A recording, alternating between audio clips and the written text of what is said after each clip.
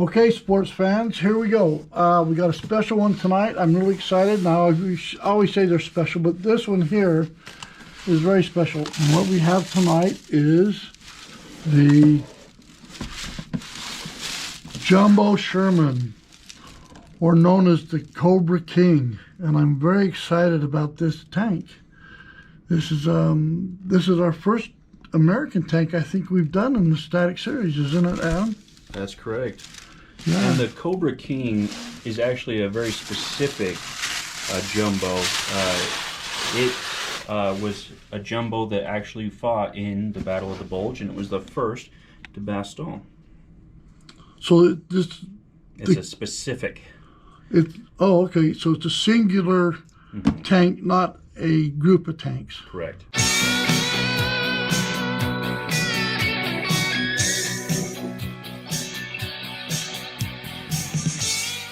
Oh, look at that beautiful tank.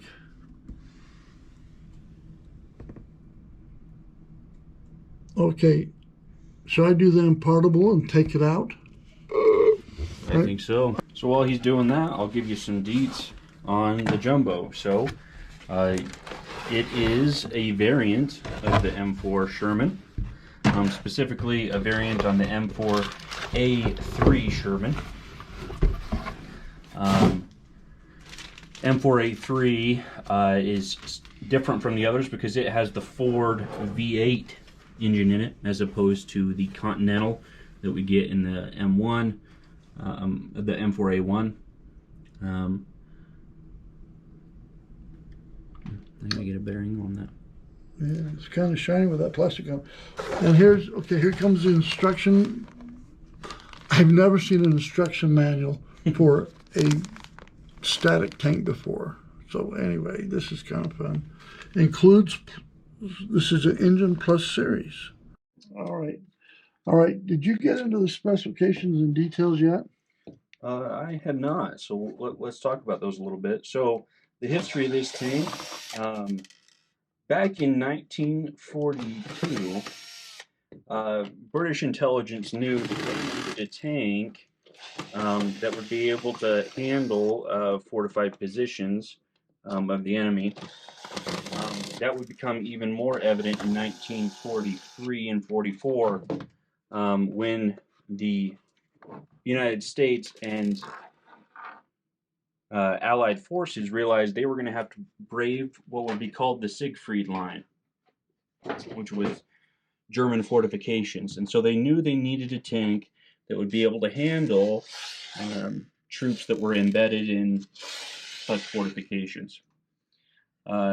The United States at that point was working on what would eventually be the Pershing, but they knew it wasn't going to be out in time to begin the operations to break the Siegfried Line.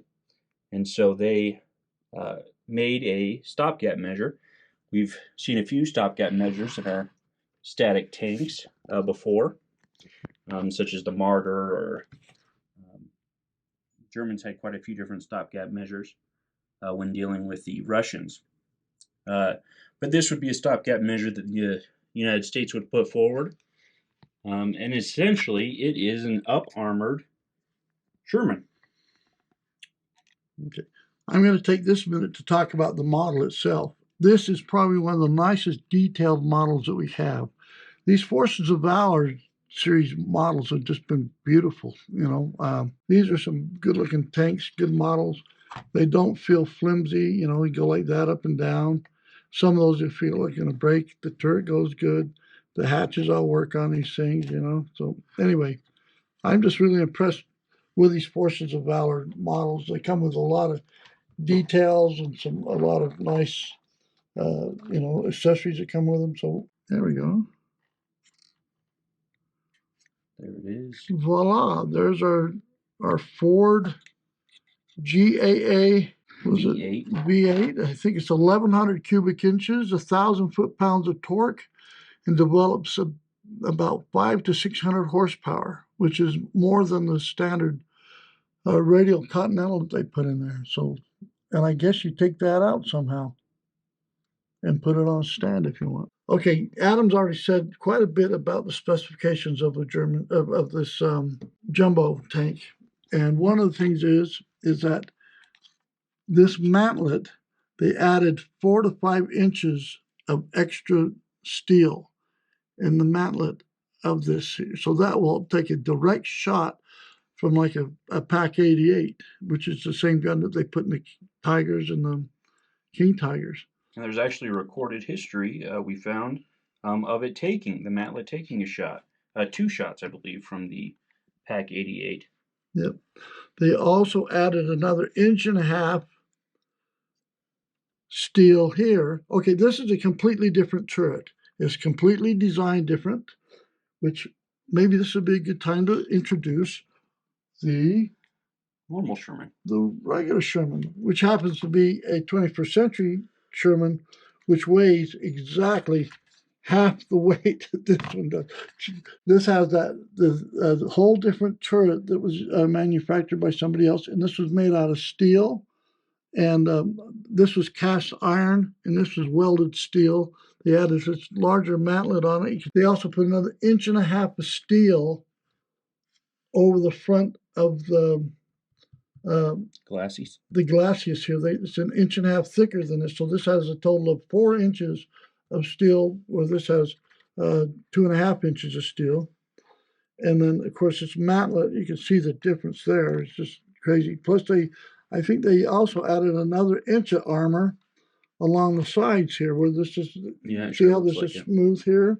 Mm-hmm. And here they put extra plates here once in a while. That's where the driver's head were and a couple things, but they added a lot more. You can see it here. These models are so detailed that they added enough steel. You don't have the lip here, and you don't have but you do have the lip here. So they took it all the way out. So that just shows how much more armor they put on the side to protect these. And like Adam started to say, there was several instances or case histories where the Jumbo took several direct hits from the Pack 88 or the large anti-tank guns that the Germans used, which would actually turn a regular Sherman into Swiss cheese. I think they go right through them. So yes, let's talk about the history of the gun a little bit. Okay. So in the M4A3, this one, Sherman, yep, it had a 75 millimeter gun. The original design for the Jumbo was to have a 76 millimeter gun, which, if you remember from some of our other stuff, the T-34 started with a 76 millimeter gun. Germans, I believe the Martyr 3, the first Martyr 3 had the 76 millimeter gun because it stole it from the Russians. So the 76 millimeter had become pretty standard World War II armaments. The Jumbo was originally designed for that, but for reasons we don't know, we couldn't find a report of why. They originally shipped the only 240. 254.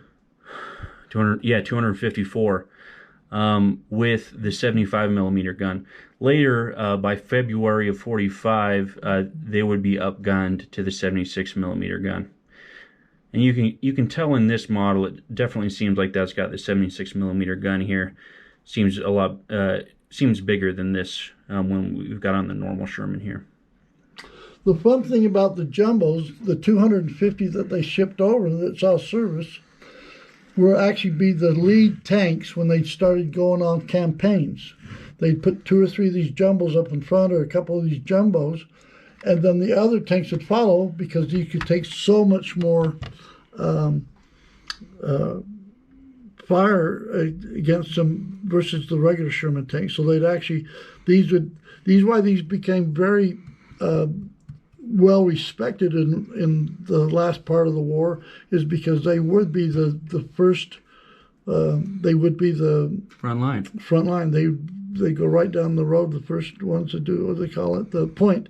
These would be the point runners for the battalions, where the other tanks would follow behind. And that's why this Cobra King happened to be the first in Bastogne, because it was fulfilling that role of being that front runner. Yep. To drive ahead so that it would take the shots so that others wouldn't have to. Yep. All right. Couple other things in the development of this. They did some idea testing. It is a lot heavier than the normal Sherman. Do you remember the weight on the normal Sherman? 33 tons, 32 tons. Yeah, 32, 33 tons. They would up that all the way to 42 tons here with the Jumbo.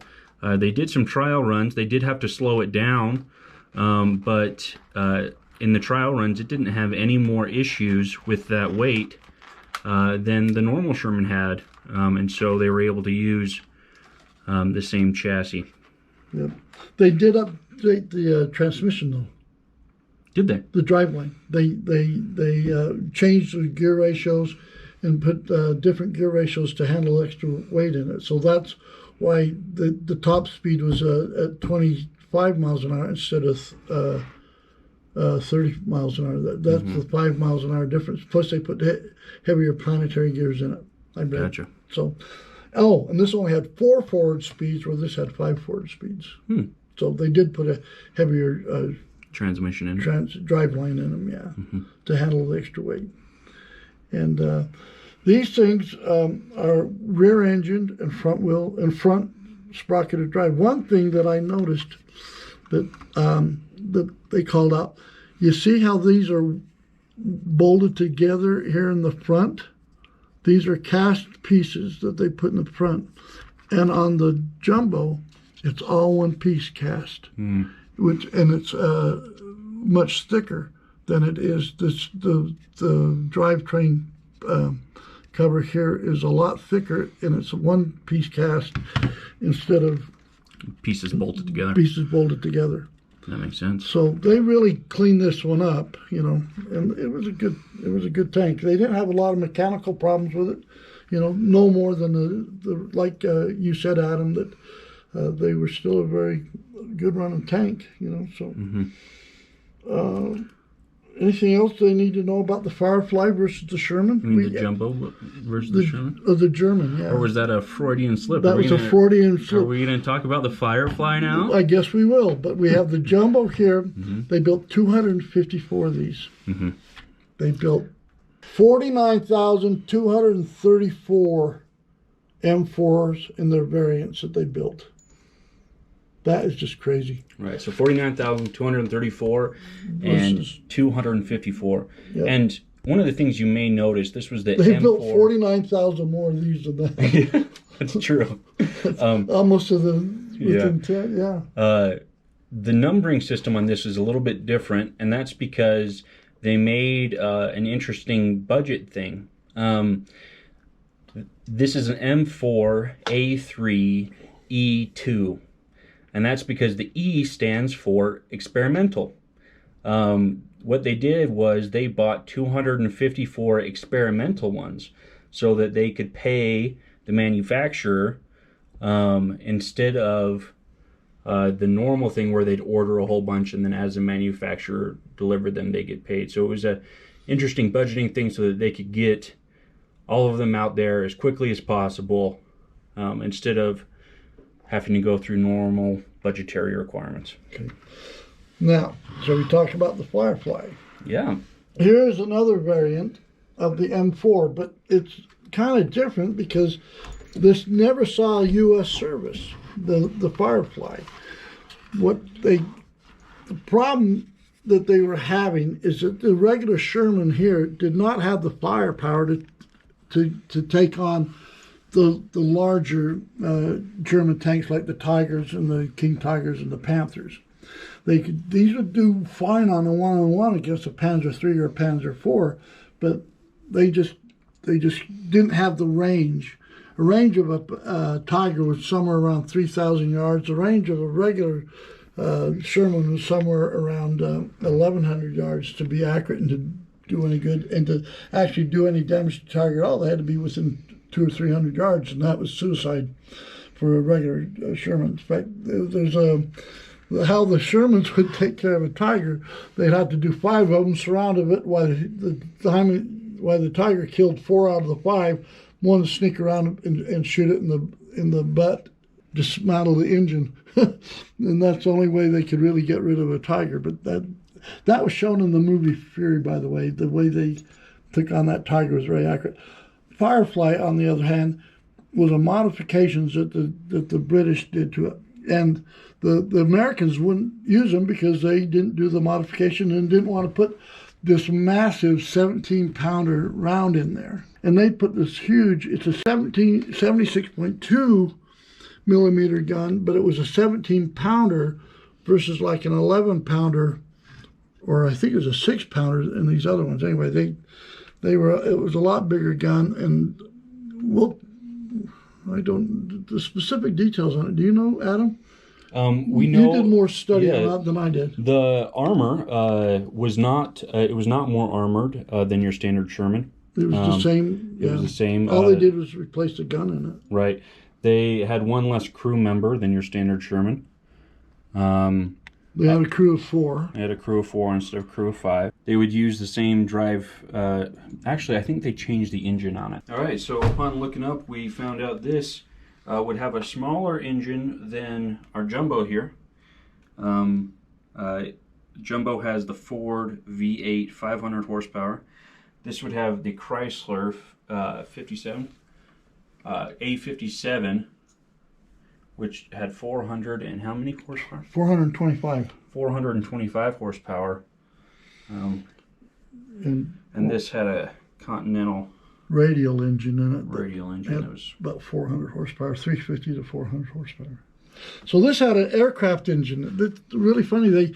Continental built a radial aircraft engine that they used in a lot of airplanes, but they put them in the tanks, and they end up building far many more that they put in a lot of service. They put them in the half tracks. They put them in a lot of different things that you wouldn't think they'd put those in, but they built thousands and thousands more of the radial engines that they put in vehicles than they ever put in airplanes. So there's the Firefly, the M4, and the Jumbo. M4, A3, E2, Jumbo. Subscribe, damn it. Bye.